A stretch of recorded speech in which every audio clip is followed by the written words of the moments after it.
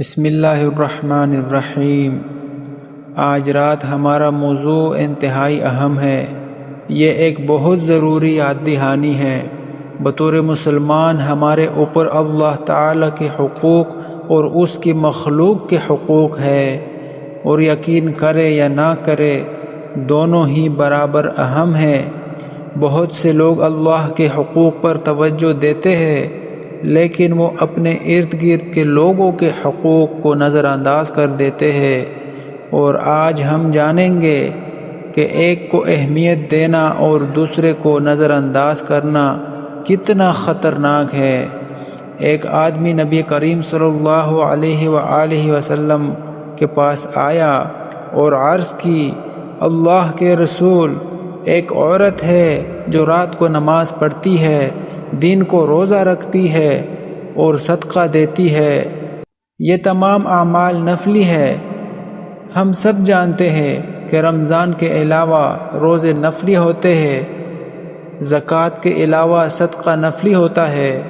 تو یہ عورت اپنے فرائض مکمل کر چکی ہے اور اب نفلی عبادات کرتی ہے، اور ہر رات تہجد پڑھتی ہے، پیر اور جمعرات کے روزے رکھتی ہے اور اضافی صدقہ دیتی ہے، اور ایک بلند درجے پر پہنچ چکی ہے، ایک ایسا درجہ جس کی ہر عمل کرنے والا مسلمان خواہش کرتا ہے۔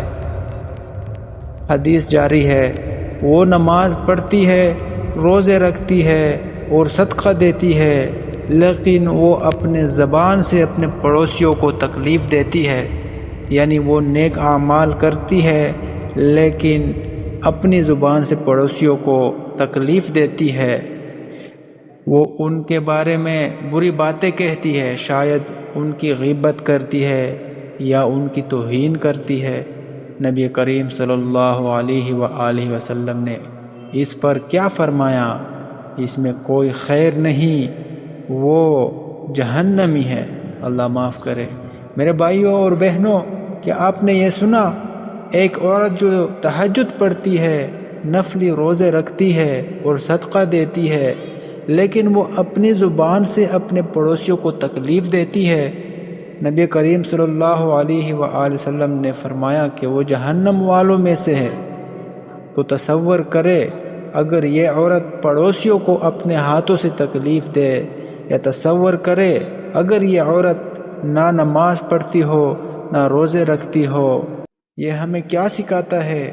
یہ ہمیں سکھاتا ہے کہ اخلاق اور لوگوں کے ساتھ ہمارا رویہ بہت اہم ہے۔ ہمارے گھر والے، پڑوسی، کام کے ساتھی اور اسکول کے طلباء، ان سب کے ساتھ اچھا برتاؤ ضروری ہے۔ یہ عورت اپنے فرائض سے آگے جا چکی تھی، لیکن پھر بھی وہ جہنم میں جائے گی، کیونکہ وہ اپنے پڑوسیوں کو نقصان پہنچاتی تھی۔ اس کے نفلی اعمال بھی اسے جہنم سے نہ بچا سکے۔ لہٰذا ہمیں اپنے الفاظ اور اعمال کے بارے میں بہت محتاط رہنا چاہیے۔ ایک اور حدیث بھی اسی بات کی تصدیق کرتی ہے۔ نبی کریم صلی اللہ علیہ وآلہ وسلم نے فرمایا، مفلس کون ہے؟ صحابہ کرام نے جواب دیا، یا رسول اللہ، وہ شخص جو مال و دولت سے خالی ہو۔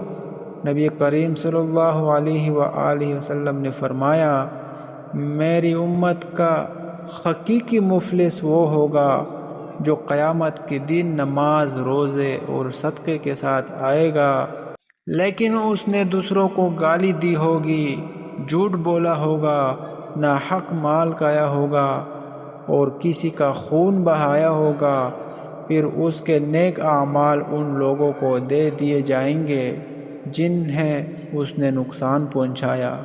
اگر اس کے اعمال ختم ہو گئے تو ان کے گناہ اس کے کھاتے میں ڈال دیے جائیں گے اور وہ جہنم میں ڈال دیا جائے گا۔ میرے بھائیوں بہنوں، یہ حدیث اس بات کی اہمیت بتاتی ہے کہ دوسروں کے حقوق ادا کرنا کتنا ضروری ہے۔